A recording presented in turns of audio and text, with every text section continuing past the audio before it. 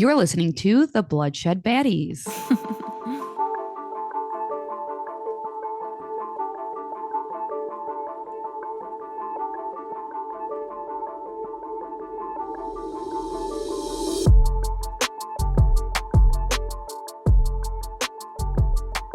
Hi, I'm Sam. And I'm not Lexi. I'm Claire. And we are the Bloodshed Baddies. You guys heard that right. It's not a mistake. Lexi is having the time of her life in Japan right now. So one of my BFFFFFs, Claire, decided to join us. So Claire, tell the baddies about yourself. Hi, baddies. Thanks for having me. Gosh, this is always a hard question for me, but I love to camp. That's probably one of my main things right now, but outside of just like personal, I really love to create education programs. So that's kind of like what I do from day to day. Claire is a baddie for sure. Tell them about your last camping trip. Yeah, so I did a 10-day camping trip with my BFFFFF. We went up the coast through North Georgia. Then we went to Virginia, and then we were supposed to go to the Outer Banks, but a random tropical storm came through, so we had to come home, unfortunately. And we have rooftop tents, so we were like, do we stay? Do we go? But we figured we'd get blown over, so. Probably smart to leave. But I picked this case out specifically for you, Claire. No. Yes, because I specifically looked for a camping case for you because I know you love I'm it. so glad I mentioned camping then. I know that worked out really well for me. But we can jump into this. So this case is a little different. Like I said, I specifically looked for a camping case because I know Claire loves to camp. And I came across this case and it's pretty interesting and it's also pretty odd. There is some crime sprinkled in, but it's mostly like a mystery, and it's a case that shows like how the true crime world came together to help identify someone, which is pretty cool. Oh, okay. So like the community came together and solved it? Yeah. Well, yes, you'll Okay. see. I'll It wait. is a weird, different case, so I hope you all like it, especially you, Claire. But I got a lot of information from the HBO documentary. They called him Mostly Harmless, which I recommend. But this is the case of the man that they called Mostly Harmless. Are Okay. you ready, Claire? Oh, I'm ready. So, according to the NAM US database, more than 600,000 people go missing in the US every year. How many? 600,000. Oh my gosh. And about 4,400 of those 600,000 unidentified bodies are found every year. Wow. That's not a lot. Insane and sad. Mm-hmm. And on July 23rd, 2018, Nick Horton came across an unidentified body. He was on a day hike with a friend. He called the police right away, and the body was found at Big Cypress National Preserve on the trail at the Camp Nobles site. Okay. So he's just hiking and he found a dead body? Yep, he was hiking, and they came across like a tent kind of in the middle of the walk, well, kind of on the walkway, and they like were like, "Hey," and like nobody answered, so they looked inside and they saw a dead body. Oh my gosh. That kind of reminds me of our camping trip in Osceola. Did you find a dead body? No, but there was a random tent that was just out there and it was abandoned and they had a cat and the cat would just roam around and so we finally got enough courage after 2 days of being there and opened it and it was just completely filled with lots of garbage, just completely abandoned. But it was weird. Yeah, that would creep me out. Yeah, the cat was cute. But Big Cypress National Preserve is actually in Southwest Florida and very near to the Everglades, and the endangered Florida panther actually can be found there. There's not much around the campsite, but Claire, I think you can attest to camping in Florida in the month of July. Do a lot of people do that? Willingly? No. I've done it. You get heat rashes. Especially in the Everglades, right? Like even hotter, I'm Oh sure. gosh, yes. Yeah, it's hot, gross, not fun. You'll get a heat rash. Try not to do it. But I love camping. But Nick is on that day hike with a friend, and they discover the body in a yellow tent, kind of what I was saying, like on the side of the walking path. Hmm. It was a man, and he appeared to be extremely thin, like unnaturally so. Later, they will find out that he only weighed 83 pounds. Oh my gosh. Interestingly, though, there was a significant amount of food and cash in his tent. Okay. They also found notebooks that appeared to have code in them. They weren't sure if it was ramblings or like a legit code, but nothing in the tent had a name on it. There was no wallet, no credit cards, no photo ID, no cell phone, no tablet. So the police have not a clue who this mystery man could be, and were just hopeful that they would find out soon. Oh my gosh. That's really random. I know. A book of codes? Yeah. Hmm. The unidentified body, of course, is taken to the medical examiner's office, and that is where they weigh him and try to find a cause of death. Unfortunately, they were unable to determine it. There were no drugs in his system besides Tylenol and like allergy medicine. There was no trauma and no diseases. Also, interestingly, his fingerprints weren't in any databases, and his image wouldn't turn up any results through facial recognition software. His dental records came up with nothing, also. So, who the heck was this guy? Oh, this is weird. It's like he knew something too much and someone.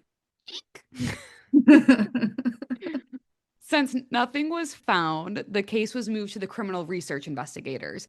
And the criminal research investigators checked the missing reports and all they could, and they couldn't find anything. So they put this flyer out with a not so great photo that they took of the body when it was found, and they tried to edit it to make it look better, and it was terrible and honestly really creepy. But the flyer also stated that he had a small scar on his stomach. The investigators also decide to reach out to the hiking community by posting the flyer in hiking community Facebook pages. This is where the investigation finally gets something. Someone recognized him. Oh, Kelly saw the composite on a hiking Facebook page and was like, oh my God, I met him 6 months ago. Kelly was a trail angel, and if you don't know what that is, it's a person who provides a snack or water to someone on a trail, which is like oh so my God. nice.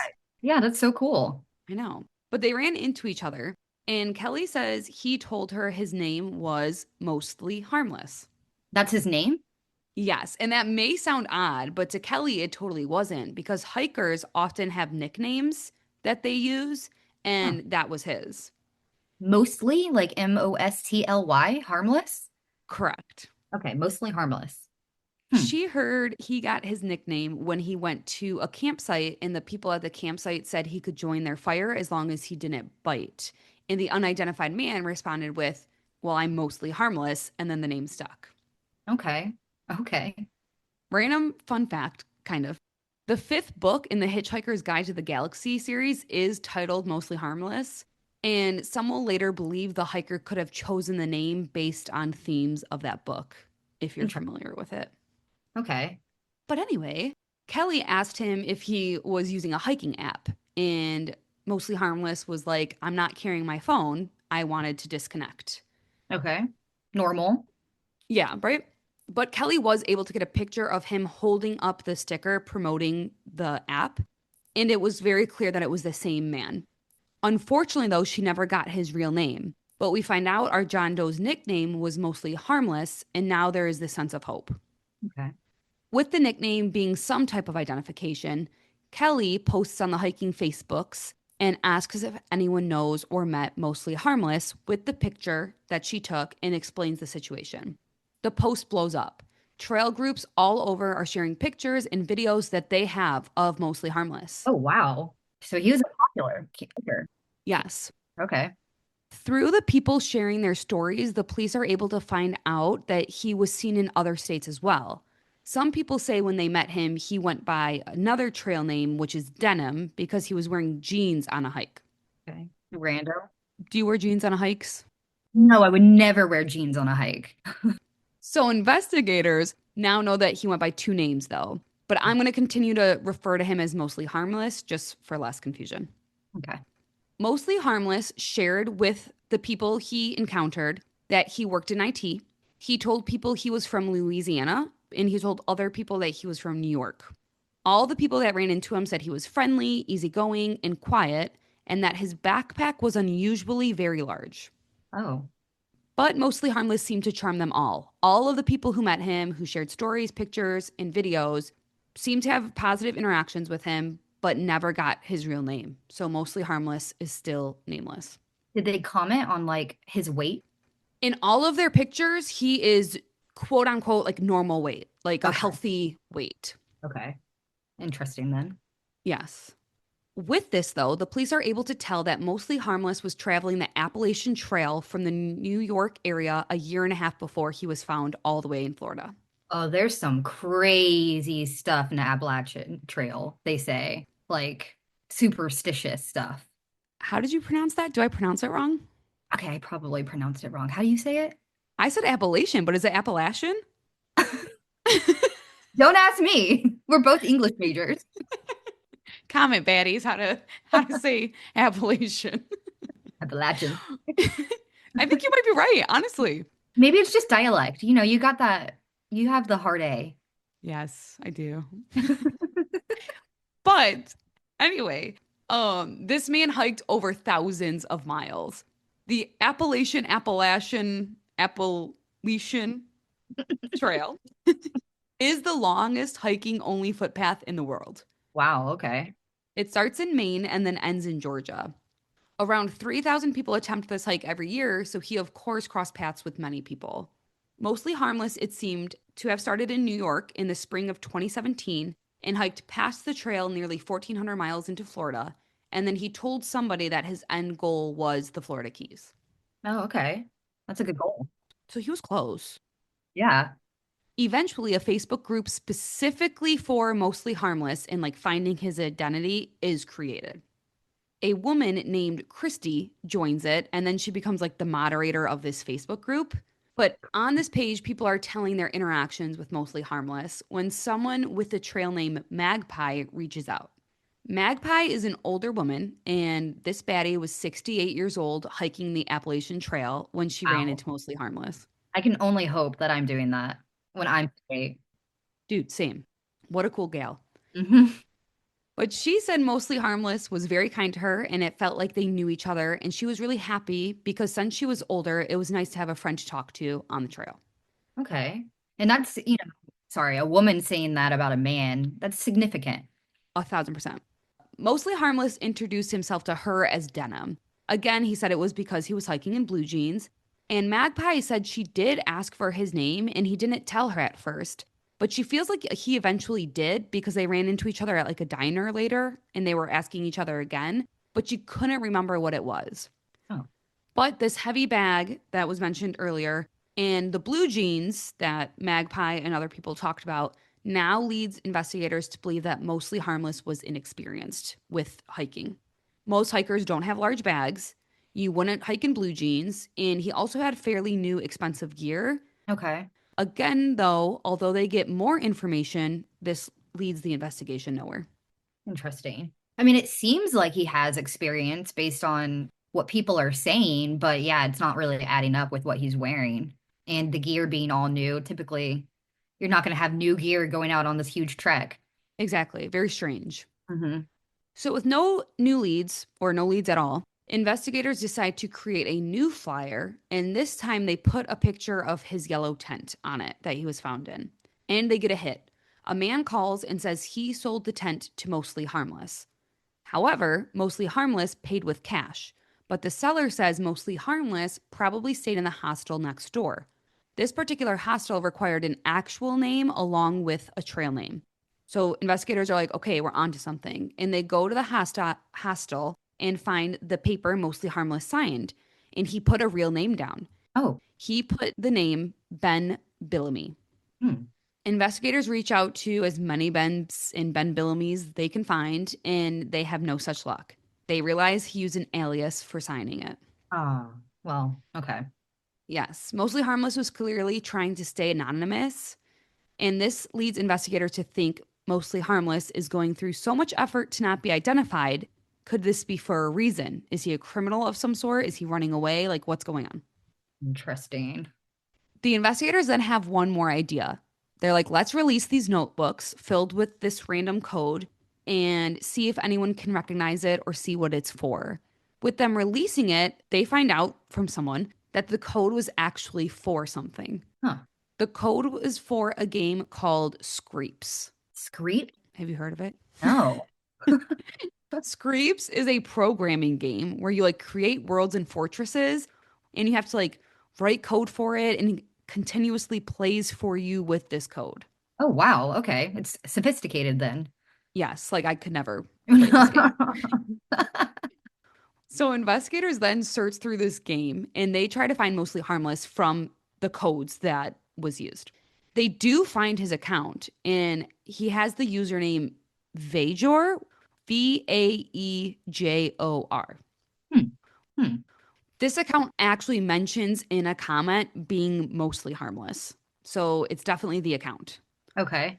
They contact the creators and try to find the true identity of this account, but are unsuccessful because they're like coders. They try to protect their identity and it just doesn't work out.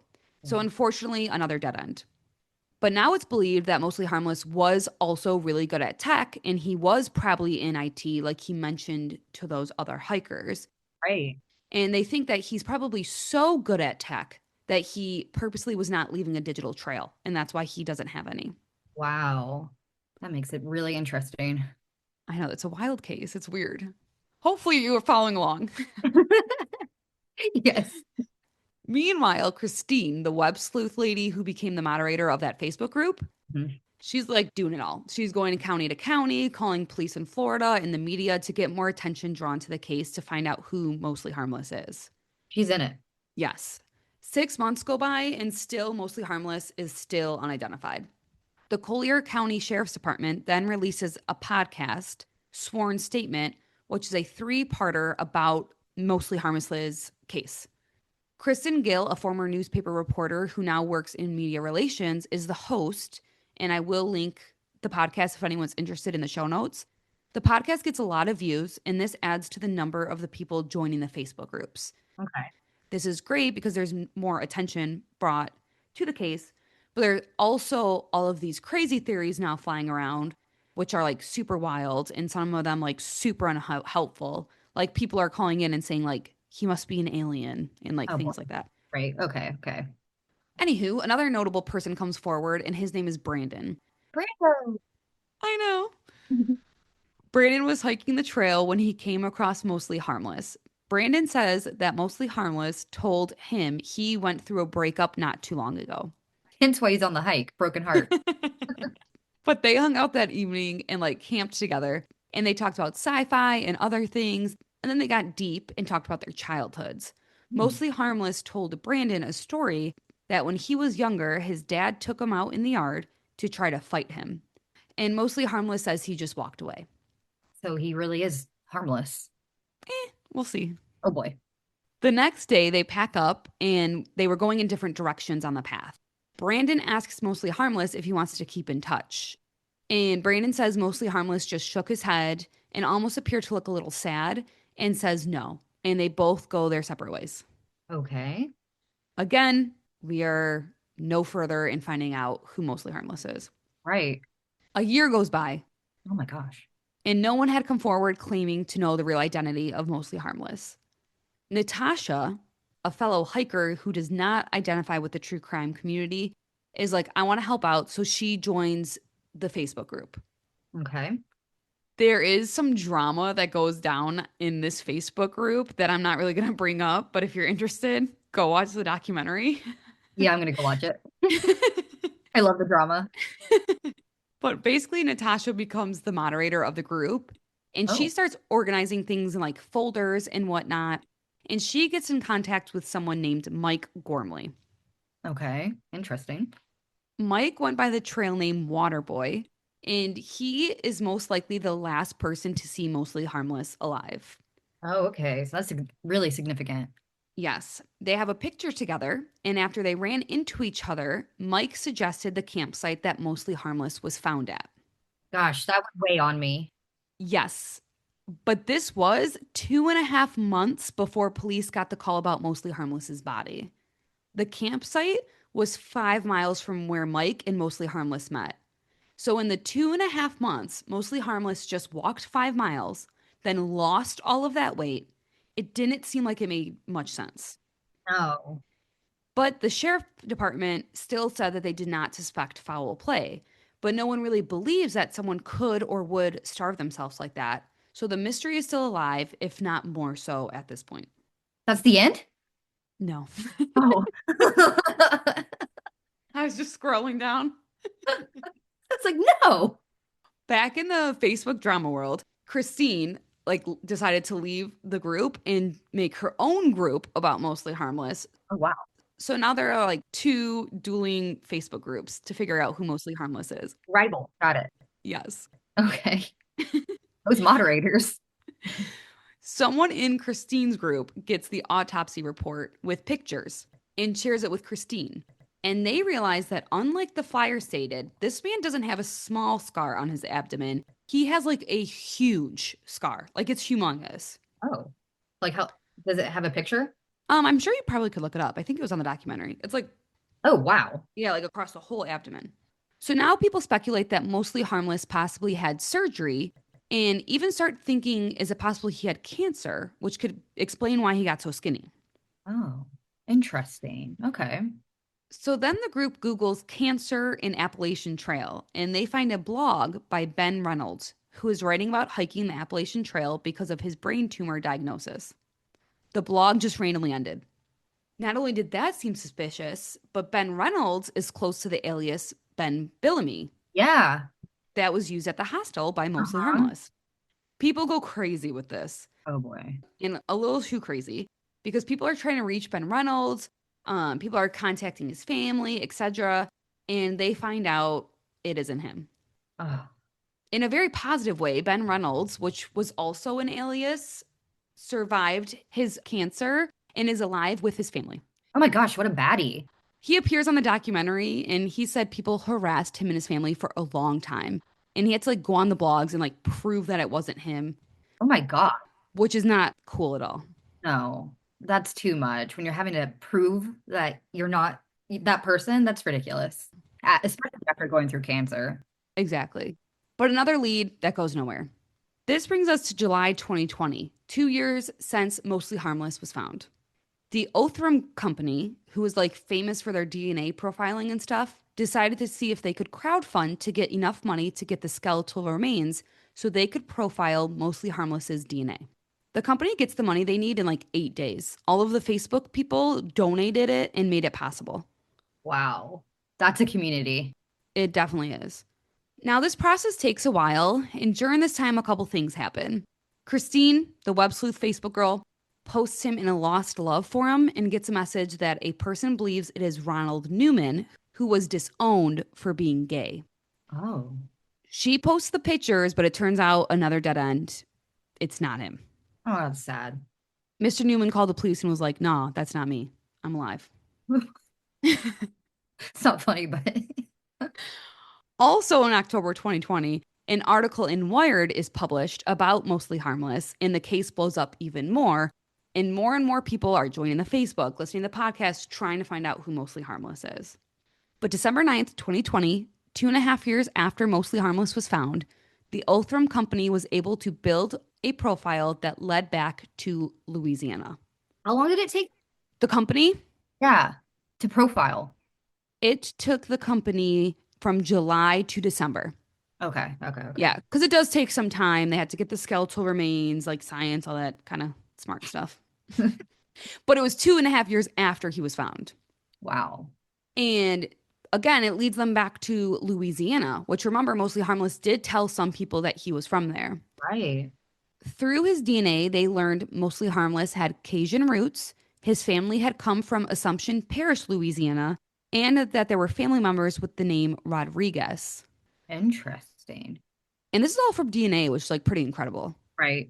Hey, But people are ecstatic. News stories around South Louisiana are getting bombarded with the story in hopes that loved ones will recognize him. that's a really good clue now. Yes. December 16th, 2020, a week later, Christine gets an email from someone who says she knows who Mostly Harmless is. Oh. She says he is 41-year-old Vance Rodriguez, which, again, the last name Rodriguez. Yeah. She says her husband worked with him and sends a picture, and lo and behold, it looks like a younger version of Mostly Harmless. Wow. A former roommate also mentions that he believes Mostly Harmless is Vance Rodriguez as well. Okay. Christy obviously calls the police. The police call the family. and the family is in disbelief and shock. The family confirms that they do have a son, Vance, that they did not know was missing because they had not had contact with him for several years. Oh, wow. Okay. They Oh, also do not want to talk to anyone about this case. They're like just, private. But I think after that, the Othram company confirms that the DNA of the hiker matched that of Rodriguez's mother. oh, wow. So it is Vance. Yep, after 2.5 years, Mostly Harmless is finally identified. He is Vance Rodriguez. Oh my gosh. Now, who is Vance Rodriguez? Ah, Vance was born in February of 1976 near Baton Rouge. He had a okay. twin sister and an older brother. Unfortunately, it appears that Vance had a rough home life and struggled with his own demons as well. Hmm. If you remember Vance's conversation with hiker Brandon, his dad tried to beat him up, and I believe he also spoke of other abuse from his father as well. Hmm. Vance also suffered from mental illness. When he was 15, according to some friends, Vance went into a field with a gun and intended to kill himself. Wow. He shot himself in the stomach, which is very sad, and this is why he had that very big scar on his stomach.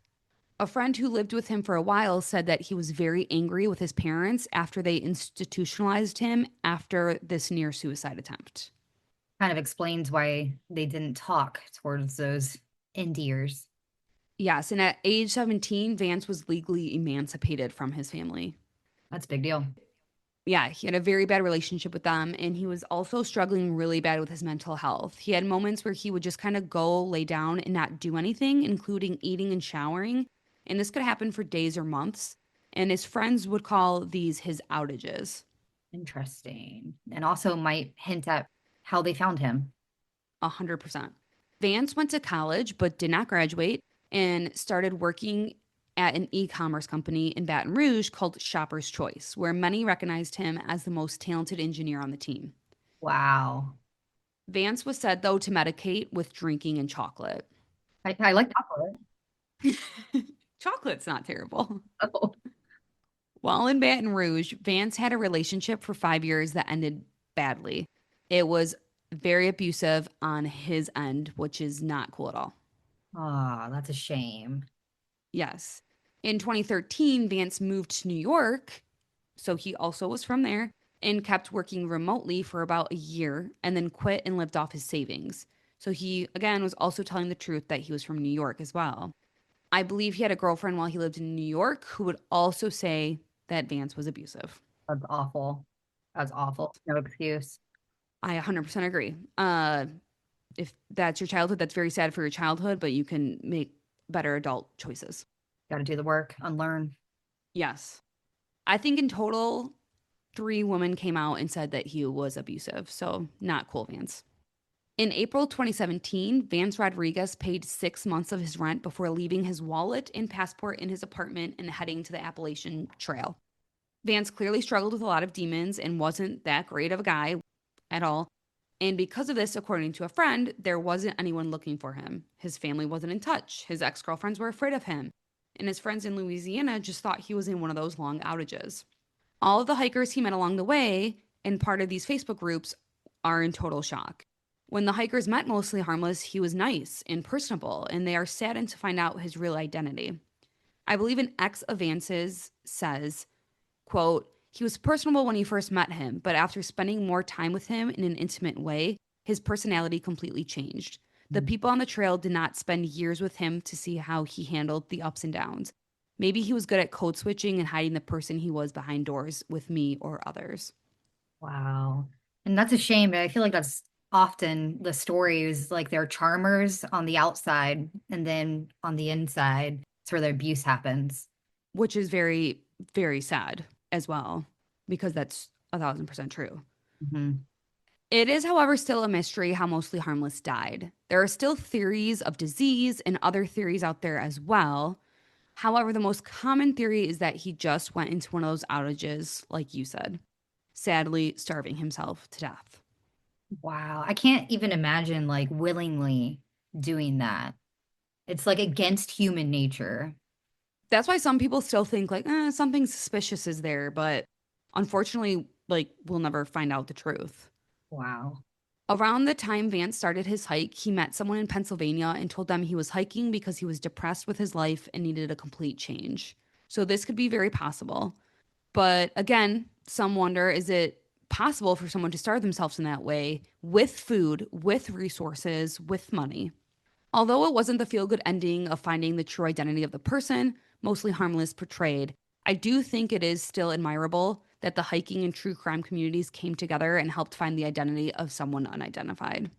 That is really cool. Vance was brought home, and his family did have a ceremony for him. Even though during his life he struggled with demons and was not a good person, I hope Vance found peace in his death and his family found peace as well. But that is the crazy story of Mostly Harmless, aka Vance Rodriguez. Wow, that's a crazy story. I'm glad that they got closure, but yeah, I didn't really expect all of that at all. I kind of sounds bad, but like at least he's not abusing anyone else. Like he had maybe he just need to go out in nature. I don't know. That's tough. No, yeah, like maybe he, Like maybe he's making like an active choice, like I don't want to hurt anyone else, yeah, but depression's a tricky beast. it is a disease. And like, I don't know, like it definitely wasn't the feel good ending I was wanting. Like, I was hoping, like, oh, he was going to be this great guy. And like, Mm. just a sad thing happened. And like, maybe he did have cancer and they'll reunite his Yeah. family with him. But I mean, Yeah. I don't wish ill on anyone, but yeah, it's tough. That's tough. yeah, we don't like abusive people at all, right? Like, don't do that. That's crap. Exactly. But yeah, sorry for like a weird case your first time on the podcast. No, I appreciate it. I mean, now I'm going to be terrified to go camping, so thanks for that. I'm sorry. And you and I already had interesting hiking adventures, so Yes, me and Claire love to hike, and we got some crazy stories. Maybe next time you come on the pod, we can discuss. absolutely. But thank you so much, Claire, for joining, and thank you so much for listening. Please give us a follow on the podcast on Instagram, Facebook, TikTok. Give us a review. Send us an email with a case suggestion or story to bloodshedbaddies@gmail.com. Our intro music is made by the awesome cousin Vinny. Cousin Vinny, Yeah, and tell a friend and tune in next week for another episode. Thank you, Claire, so much. I love you thanks so for much. having me. I had a blast. I can't wait to come back I was just gonna say we definitely need you to come back on. So yay, yay, on. yay. I love you. Maybe next time you can come on with Lex too. That would be so much fun. Oh, heck yes. Well, I hope the baddie community is just as strong as that crime community. So, Oh, I love that. All right, love you, baddies. love Bye. you. Go follow everyone. Yay.